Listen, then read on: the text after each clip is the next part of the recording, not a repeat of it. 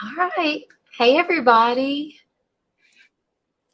So, if you're joining me live, just let me know. Just say hi. If you're watching the replay, just put hashtag replay and welcome. I hope you guys who are joining me have some questions for me. I'm ready to answer your questions. I had a few that came in ahead of time, so I'll go ahead and answer those. And then if you guys have any in the chat, then I'll answer those after these. So just be thinking of your questions and go ahead and put them in if you have any. Or if you think of any along the way, just put them in the chat and I will get to them. All right. So if you didn't know, today is a live Q&A, and I try to do them about once a month. So, but if I don't have any questions that have been submitted or not very many, then I don't do them. And I think that's why we didn't have one last month, because I didn't really have enough questions. And so you guys get them in so we can have these more often if you like them. If you guys like these live Q&As, get your questions in so we can answer them. And I don't usually call you out on, I don't usually say your name or anything. That's up to you if you want to say, well, that's my question. I just try to be helpful and answer your questions if you ask me a question. All right, so let's get started. I think I had 4. So the first one was, what's the best way to lose weight and keep it off? And I get this question all the time.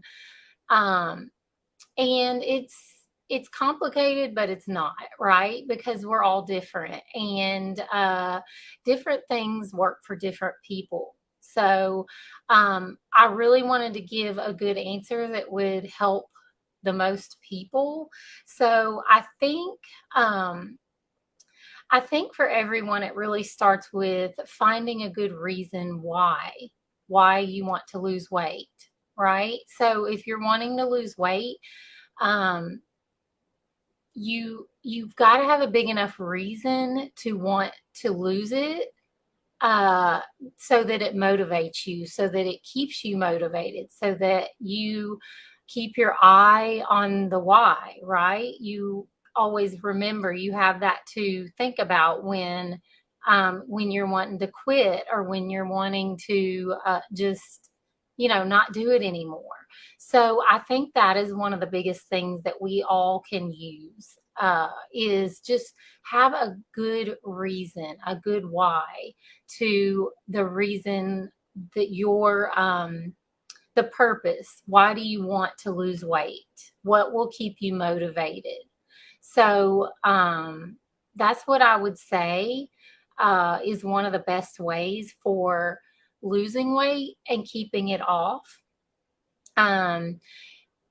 Like I said, you need a reason that's going to help you stay motivated and not want to quit. So that could be a lot of different reasons. It depends on where you're at in your life and what motivates you. So it could be that you want to have the energy to play with your kids or your grandkids.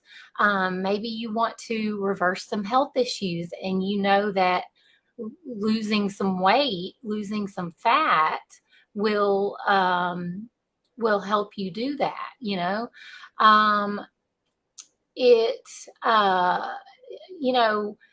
it could be that you just want to feel better in your clothes, that you want to not worry if something's going to fit or not. I know I used to have those issues where I'm like, my stomach is so bloated that I don't know if anything is going to fit me today, right? And that would motivate me, but not always. It wasn't always enough for me, to really get healthy. But it may be for you, right? And that's what I mean is everyone's different. You know, it may motivate one person to be able to play with their kids or their grandkids, and that may not motivate another person. It may motivate someone else to feel good in their clothes and not have to worry that if they'll fit or not. So we're all different, and our motivations are different. So you have to find that motivation for you, that where you will it will motivate you enough to stick with it and not to quit. So, my motivation, what really changed me was the motivation to not have to get on diabetes medication. My doctor she wanted me to go on diabetes medication because of my high blood sugar, and I didn't want that. I didn't want to be on medication for the rest of my life. So that was really my big motivation, even though I had tried in the past to stop eating so much sugar and lose weight and all these things and try to just better my health. It wasn't until then that I found my big motivation. That was my big wake up call.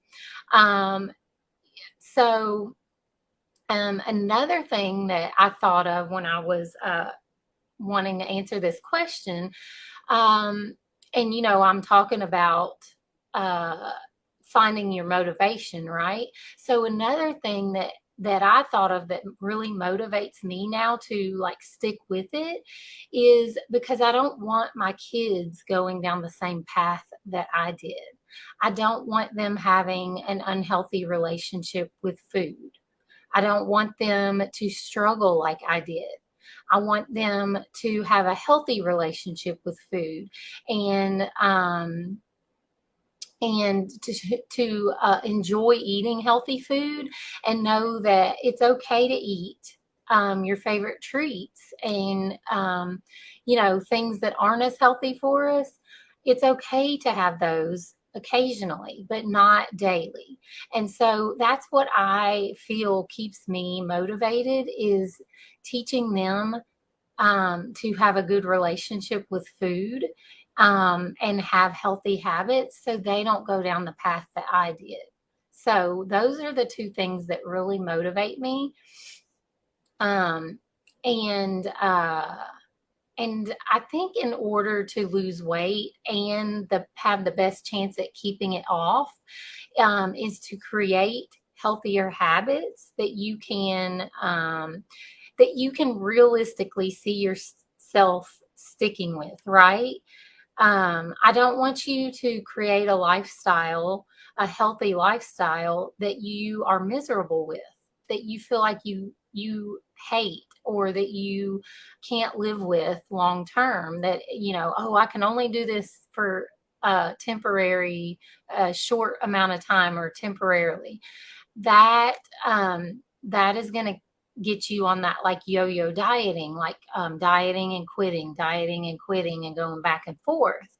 And that's not good. You want something that can be realistic for you and your lifestyle and that you can see yourself sticking with. So, and that's different for everyone as well. So there's not just one thing or one way of doing this. So, just create healthier habits that you feel like you can stick with, right? Long term and that don't make you miserable, right? So I'll give you an example. I in my 20s, it seemed like everyone around me was a runner. They were all running, they were getting fit. And so I was like, oh, well, maybe that's the way I can like stay fit and eat what I want but still be healthy. And so I started running. I started doing these 5Ks and I did a half marathon and I would just start running. Like I started running like daily, and I hated it. I hate running. Like I absolutely hate it. I don't enjoy anything about it. And so that was something that I couldn't keep up because I didn't enjoy it. It wasn't, yes, it was healthy. That's a great thing if that's your thing, but it wasn't for me. I didn't like it. I didn't enjoy it. And so it wasn't a long-term solution, right? So, same thing with like, uh, if you go on a diet that you don't, you feel really restricted, or you feel like you can't keep this up for a long time, that's not the plan for you, because then you're going to eventually fall off and then feel like, oh, I fell off the wagon. Now I gained the weight back. Now I need to get back on. And you just don't want to do that. That's just not good for us long term, because it can just create metabolism problems and health problems and all that when you yo-yo diet and lose and gain and lose and gain. So, just create healthier habits that you feel like you can stick with. So now, like for me, following the 80-20 is more realistic for me, instead of trying to do 100% all the time. Then I have that little leeway where I can eat some of my favorite foods without feeling guilty. And I've been able to do that like 6 years now. That works for me. And the same thing with like my exercise. Instead of running, I just walk. I lift weights, I do yoga, I do the exercises that I enjoy, that I actually enjoy. So if you can create those habits, healthier habits that you enjoy, you're more likely to stick with them, instead of falling off and on of them, off and on and off, on and off of them. So hopefully that helps you figure out what you need to do to lose weight and keep it off. And like I said, these are the best ways I've found for myself, and for my clients. When I don't, I don't give them a one size fits all thing. We go over their lifestyle. We go over their goals and what they have going on in their life. Because I'm never going to give them something to do that isn't realistic for what is going on in their life. If you have little kids, then going out for a 3-mile run every day is not going to probably be realistic for you. Or having these extensive like recipes that you have to follow that take forever, that's not going to work for you in your life right now. If you have young children, it's very when you have young kids, it's very like everything is kind of, you can plan, but it's not always going to work out, right? So you need something that's going to work for your lifestyle. And so that's what we do. And that's how my clients have long-term success with weight loss, with reversing their health issues and things. We find what they can stick with. We find what works for them and is realistic. So I hope that helps you. And so let's get to the next question. I'm just making sure that I said everything I want to say about that. Yeah. So, okay. The second question is, I've hit a plateau with my weight loss. What can I do to start losing weight again? Okay, this is good. So, plateaus are really normal on a weight loss journey. It's not always, weight loss is never going to be just linear. It's going to go up and down, up and down. And it's because there's so many chemical processes going on in your body at all times. Every decision you make, everything that you do, all the things that you eat, all the decisions that you make, cause different things to happen in your body. So one thing may cause a little inflammation. Another thing may cause a little bloating. Something else may cause you to gain muscle. There's just always things going on in your body. So your weight is never going to be just the same weight all the time. It's going to fluctuate a little bit. Even if you're losing weight, even if you're losing fat, water weight, whatever it is, your weight is never just going to be the same weight and go down and down and down. It's going to be up and down even when you're losing weight. Um, so, so sometimes, sometimes losing weight is like a result of, like I said, gaining muscle. Sometimes it stays the same. Sometimes it goes up. But what matters is how long you've had your plateau. So that is what we need to figure out. Like, I don't know, you didn't say how long your plateau had been. So I don't know if it's a real plateau because usually I would say it's a plateau after it's been like a month or more where the scale hasn't moved much, or if you're like measuring with a tape measure, if inches haven't gone down much, or your clothes aren't fitting, they're still fitting the same, however you're measuring your plateau, right? So if it's been a month or more, that means that's an indication that you probably need to tweak something that you've been doing, because your body's gotten used to what you've been doing.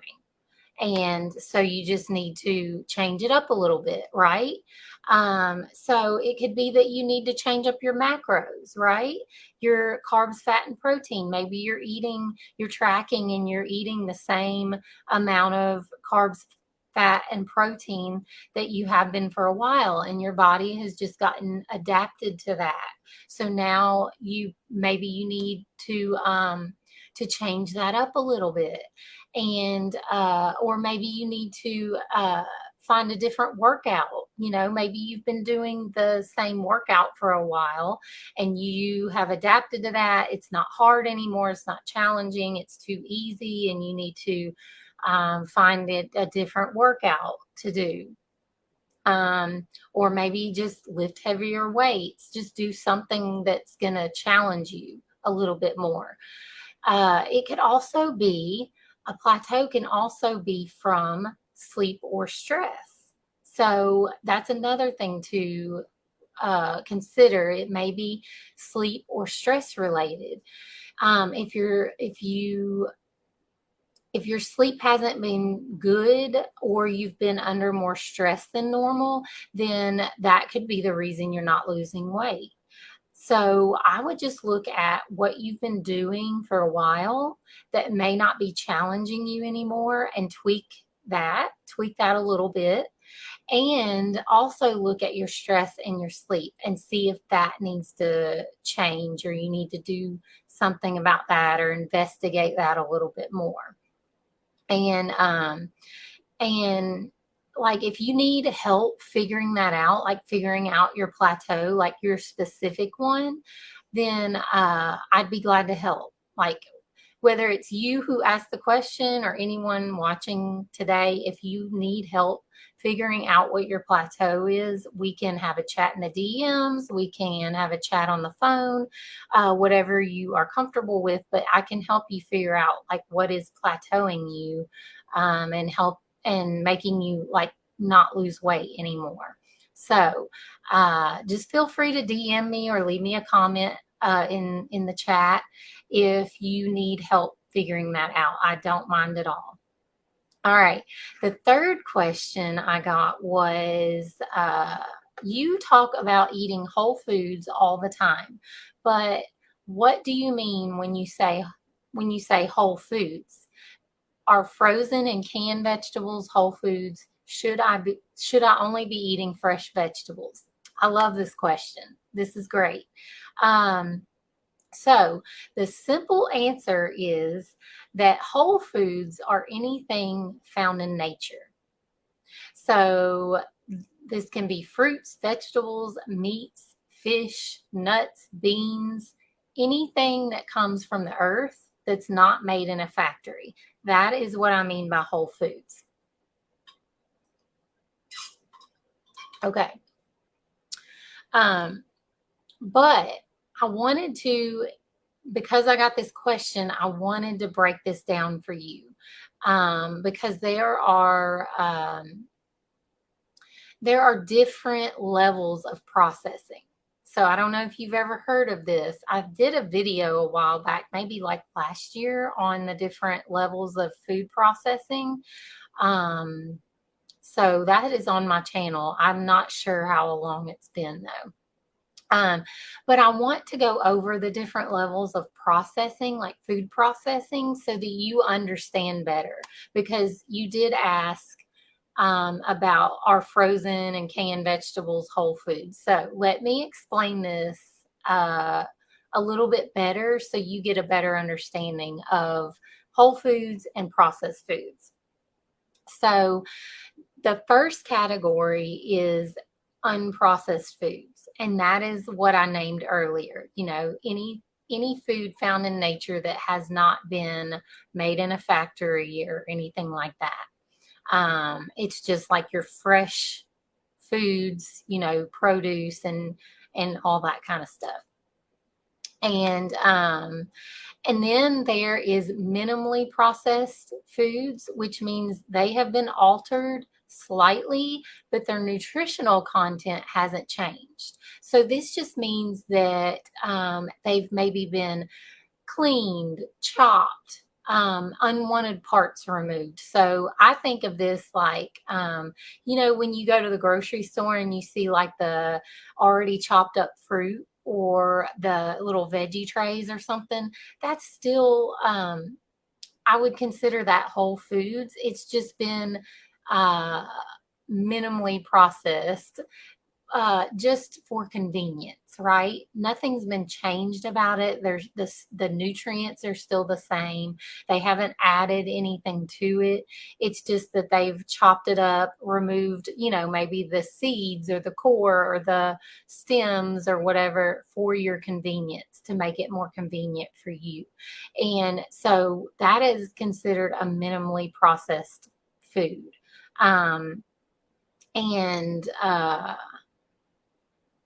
you know, they also may be like packaged, so it wouldn't be like you know, a whole pineapple or whatever. It may be, you know, just in a container that you can buy, something like that. So they can also be, minimally processed foods can also be canned or frozen or vacuum packed, something like that. So you know, just the packaging may make it a minimally processed food, but I still would consider that a whole food. And then the next level is called processed culinary ingredients.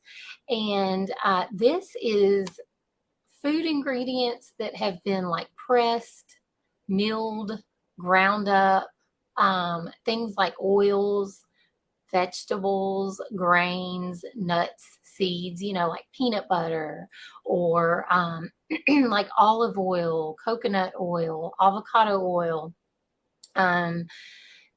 you know, different things like that. And then I also think of like tomato sauce, you know, like marinara sauce, tomato sauce, something like that. That is like in that processed culinary ingredient. So it's like it's whole foods, but it's you know, it's been a little bit more processed because it's been you know, ground up or extracted or whatever, you know, but it's still okay.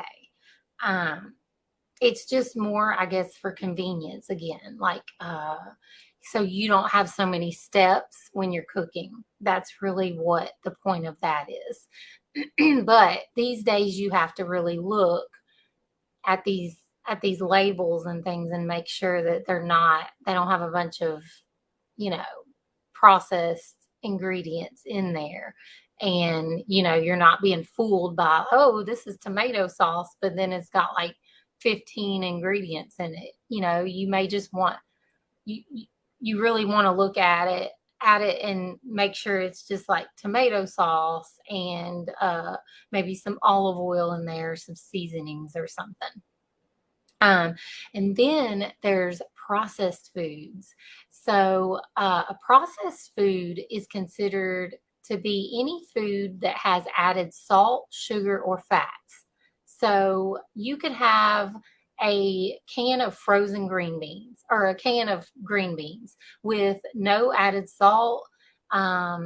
Nothing's been done. It's just been cut up and put in water and put in a can, right?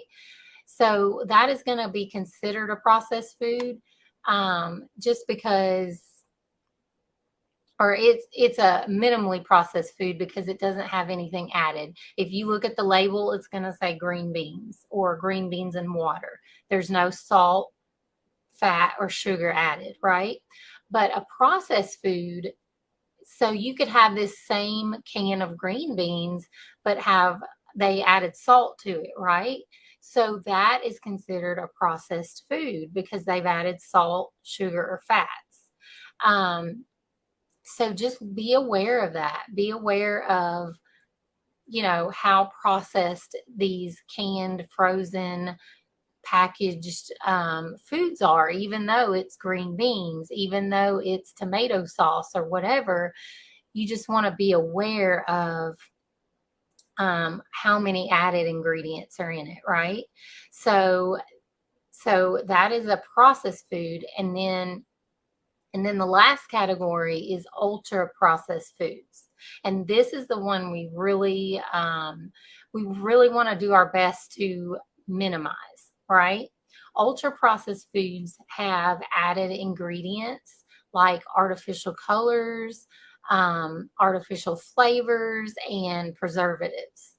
And these ingredients our body does not recognize. Our body has no idea what these things are because they are man-made. They are processed. Our body does not recognize these ingredients, these artificial colors, flavors, preservatives, and so they are really what, like I talked about earlier, everything we eat, everything we do changes our body's chemistry. It causes chemical processes in our body. Well, these are some of the ingredients that change that stuff for us that may cause, it's like a toxin to our body. And so our body does its best to detoxify these things, but it doesn't know what to do. And so a lot of times it takes these ingredients and it puts them in our fat cells because it doesn't know what to do with them, and so it's causing us to keep weight on, to gain weight, to have health issues because our body doesn't know what to do with these ingredients. So I hope that makes sense.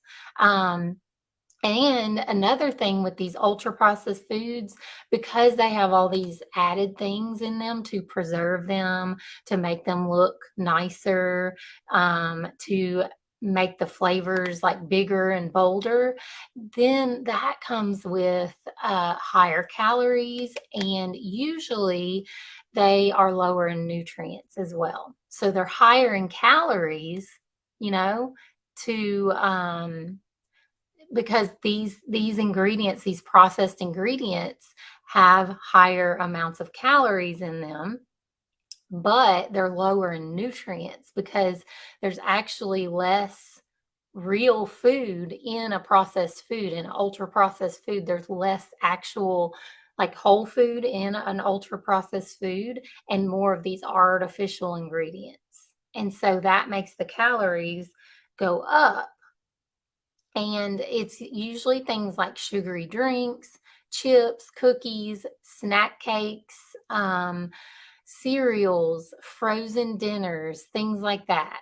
All these packaged things with lots of ingredients, and these are ultra processed foods. So I suggest eating most of your foods from the first three categories. the whole foods, like unprocessed foods, the minimally processed foods, and the processed culinary ingredients. If you can eat most of your foods from those three categories, you'll be a lot healthier. And just minimize I'm not saying you have to cut out processed foods.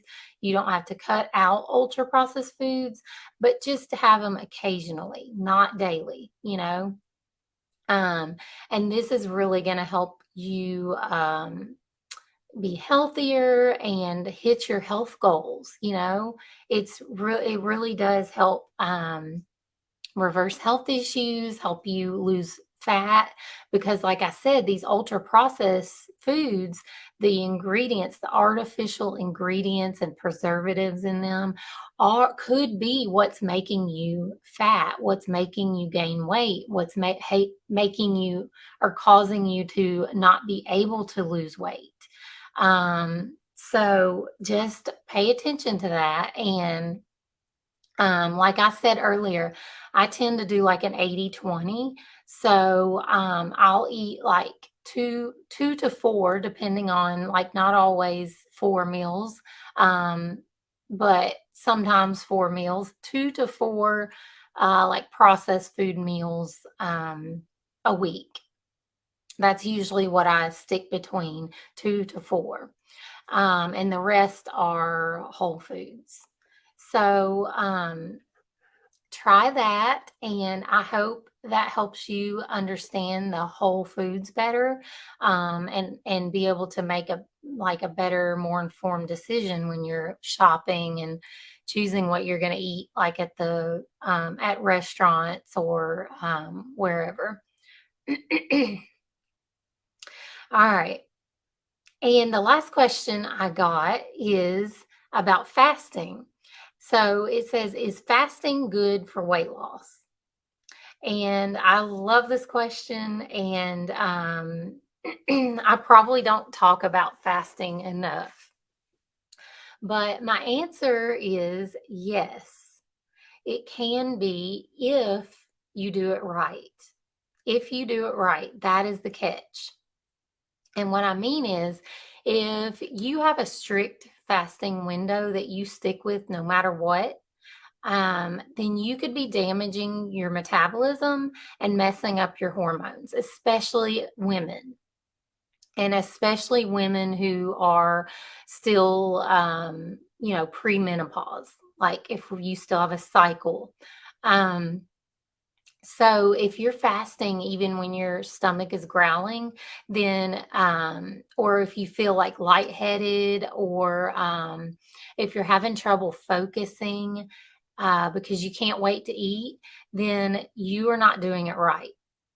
If you are having any of these symptoms, um, because you are just like determined not to eat before a certain time, then you're not doing it right. You are ignoring your body, you're ignoring your hormones, and you're messing up your metabolism. And I know that sounds harsh, but it's true. I've done plenty of research on this, and this is really, I think, fasting is a wonderful tool, but we cannot ignore our body signals, and we can't mess up our hormones just because we're so determined to fast for a certain amount of hours a day. That may not be what's best for us, right? Especially as women. And so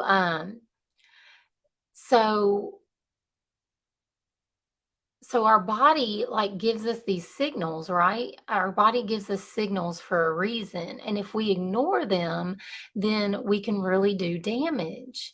And so I don't want you to do that. I want you, if you're going to fast, if you want to fast, I want you to do it correctly, so you keep your metabolism running good, and so you don't mess up your hormones and cause other health issues. um, so fasting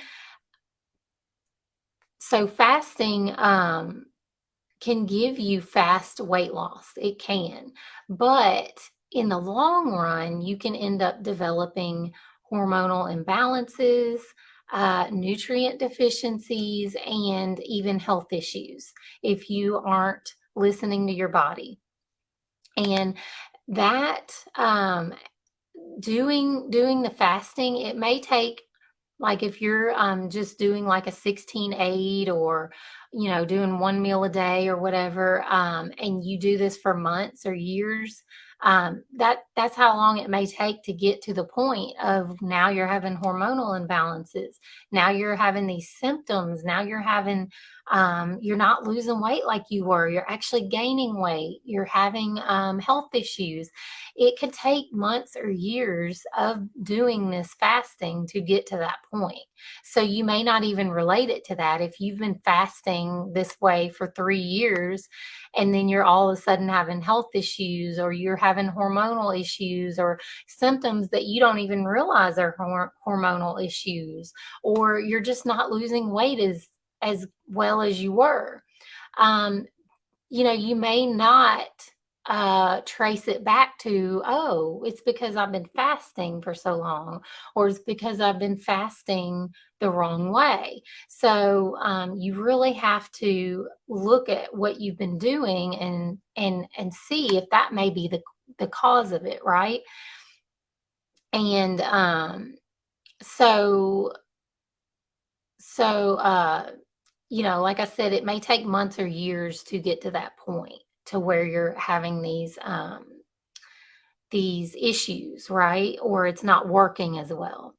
But the longer that you ignore what your body is trying to tell you, it will finally just give up and adapt.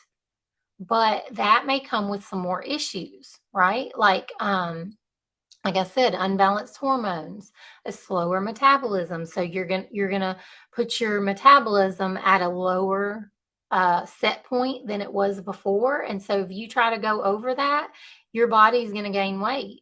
You're gonna gain fat because you went to eating one meal a day or 2 meals a day, and you're eating less calories, and now your metabolism has adapted to that. And now if you try to eat more than that, you're just going to gain weight. Or if you don't just keep on eating less and less and less, then because of your slow metabolism, because you've slowed it so much, then you're just going to gain weight. And like I said, you could have nutrient deficiencies also, because you're not, if you're only eating once or twice a day, then you may not be getting enough protein, enough fat, enough vitamins, minerals, things that you need, that your body needs to function properly. So you could start to develop nutrient deficiencies, and nutrient deficiencies turn into health issues over a long period of time. So these are the things that I worry about when people want to fast and they're very strict about it, so I don't want you to be so strict about it. I want you to fast, but listen to your body as well. So when I have a client that wants to try fasting, this is what I tell them: fast until you're having symptoms of hunger, and then I want you to break your fast. Okay. So if you plan to fast till 12, but your stomach is growling at 10 o'clock, then I want you to break your fast, because that is telling you, unless you're thirsty, your body is trying to tell you that it needs some nutrients. Or if you're feeling lightheaded, or like all you can focus on or concentrate on is, what time is it? Is it time to break my fast yet? That's telling me that it's time to break your fast, because you are hungry. You are needing nutrition. And your body is trying to tell you that, right? So don't ignore it. So fast until you have symptoms of hunger, and then break your fast. And then the next thing I tell my clients is to make sure you are drinking enough water and that you're not thirsty. So like I said earlier, if your stomach's growling, it could be thirst. It could be. So drink some water, wait 5 or 10 minutes, and then if you're still having those hunger pains, if your stomach is growling, then it's probably time to eat. And you don't want to ignore that because, like I said, your body is telling you you're hungry for a reason, you know? So you don't want to ignore that. So make sure you're drinking enough water and that you're not thirsty. And then if you can't get enough nutrients to meet your goals in your eating window, then you have to shorten your fasting window and have more hours of eating. So if you've been doing one meal a day and you can't get enough like nutrients in, and by nutrients it can be anything like your macronutrients like carbs, fat, and protein, your vitamins, minerals, anything like that. If you can't get enough in for your body's needs in that one meal, then you need to have a longer eating window. Same thing with 2 meals. Some people can't get enough in with 2 meals. So they need to have a longer eating window, or they just can't eat enough at one time to get enough nutrients to meet their goals. Okay. And so if you follow this way of fasting, if you follow my tips that I just gave you, you'll be much healthier in the long run. Okay. And you won't develop other health issues because you're fasting so much. You won't mess up your metabolism. You won't mess up your your hormones by doing that. So I want you to listen to your body and fast this way instead of ignoring your body's signals and fasting the way that you hear you should, right? Excuse me. And if you need help with that, I can help you with that as well. So if you need help figuring out what fasting, schedule or what would work best for you, let me know because I can help you with that. So I don't think we had any more questions that came in. So I think that's it for today. But you guys, I love answering your questions. If you ever have any, please don't hesitate to put them in. I would love to answer your health questions. But yeah, if you think of any more, just put them in the comments or DM me, whatever you're comfortable with, and I can answer them on a future Q&A. Otherwise, I hope you have a great week. And before I forget, I want to let you know that I won't be having a live for the next couple weeks because I'll be out of town. And so y'all won't see me a lot the next week or two on social media a lot, like this next week, the next 2 weeks, because I will be out of town spending time with my family. And usually when I do that, I just take a social media break and just really be in the moment and try to spend time with my family. So I'll see you guys in a couple weeks with a new live, and I hope you have a great week and a great day, and I will see you when I get back. All right, bye.